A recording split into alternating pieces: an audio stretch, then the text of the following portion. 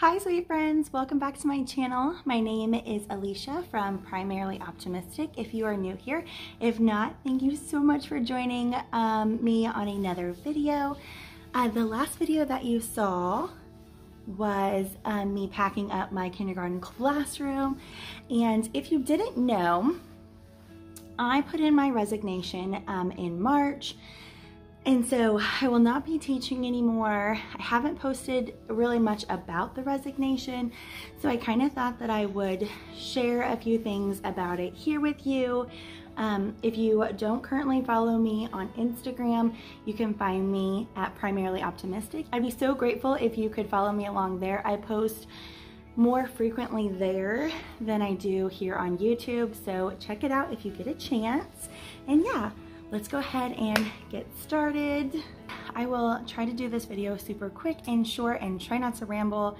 I wanted to get this video done for you early this morning, and then we just had lots of things going on. So grab your iced coffee or hot coffee and come and chat with me about my resignation. Okay, so you may hear Matt in the background, and that's because he's in his chair and he doesn't love that thing. Now that he's almost one, he turned one in a couple of weeks. He is just very mobile and he wants to go, so he does not enjoy anything that kind of ties him down. So sorry if you hear the noises. But anyway, resignation. So if you didn't know, I put in my resignation in March, and I had kind of talked about it being sudden, kind of a fast decision, and I don't want to go into too much detail, and I don't want to bash anyone. That's not the reason for it at all.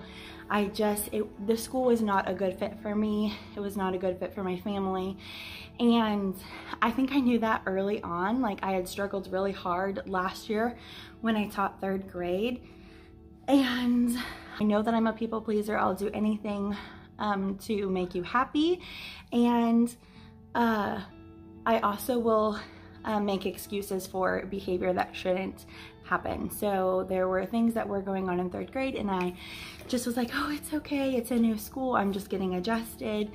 And then this last year in kindergarten, as more things kept happening, I pushed everything underneath the rug. I made excuses for behavior, and in the end, it kind of bit me in the butt because everything that I was going through was pretty much used against me, and was going to be told that I needed to have a improvement plan for the following year based off of my classroom management. Even though this principal had been in and out of my room all year long, knew about the behaviors in my classroom. I reached out for help so many times, hardly got any responses.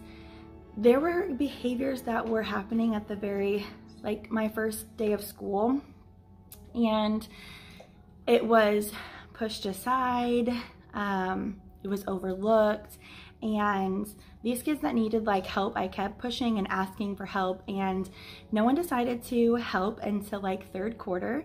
And by then I'm just like, why? What are we doing for these? What are we doing? Our job is to be here to help them and help them succeed, and none of that was happening. And so I did not want to keep looking back over my shoulder thinking, is this how she wants things? Because my observations were fine, nothing was ever brought up. My individual meetings were fine, nothing was ever brought up. So why are we waiting until the end of March to say that there's a problem? There needs to be open communication for me, and I want to feel valued and respected, and clearly that wasn't the case, with not feeling like she could come and talk to me about certain things that she didn't like to see in my classroom. So that is the very short and condensed version of why I'm leaving. Anyway, I'm going to be staying home with the boys. Mia was transitioning to a new school because of the way that their grade works with different buildings. So this is a great opportunity for her to try out the school that's actually in the town that we live, because we were driving an hour away. This isn't a school that we were just lived in. It wasn't a school that we lived close by. It was an hour drive for us. And so she's going to be starting in that school, which is a good opportunity for me to stay home with the boys before Mason goes to kindergarten the following fall. So I have so many kindergarten things. I'm not going to get rid of my teaching things. My plan is to eventually return to the classroom if that's the best fit for me. So I'm going to be doing kindergarten ready things for him this year while at home, a lot of social emotional things. I also have a crochet business called Awestruck Crochet. So if you're interested in following along with that, you can follow it here. But I have lots of markets coming up around the areas of where I live, and I have an Etsy page. So I'm going to be building my small business, staying home with my kids, and I'm so excited for this part and just enjoying what I have with my kids. They don't stay little forever. I know. Teaching will always be here, but my kids will never be this little, and so I'm going to take this time to step away from the classroom and enjoy the little bit of time that I have before they are in school. I know. So that is up to date with all of the classroom things. Once all of my kids are in school, my plan for the future is to maybe be a para in the school district that I currently live in.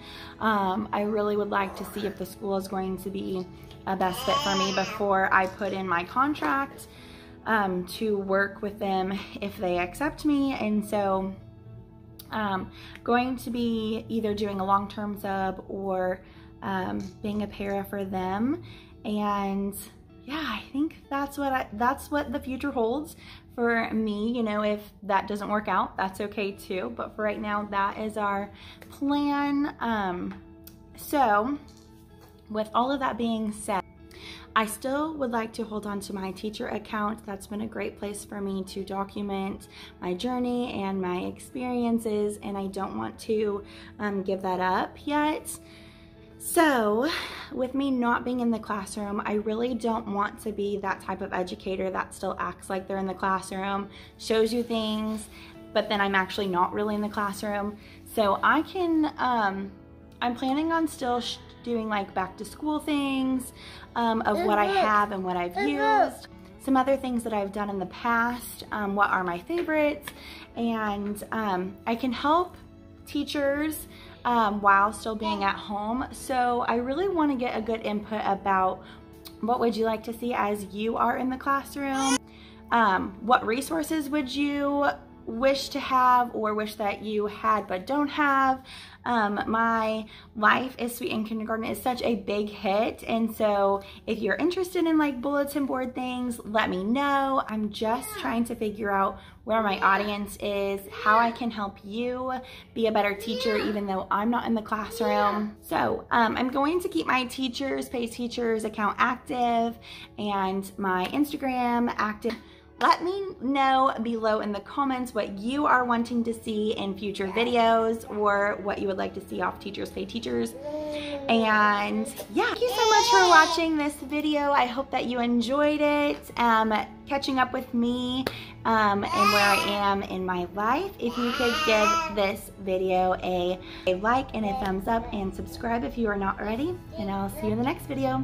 Bye!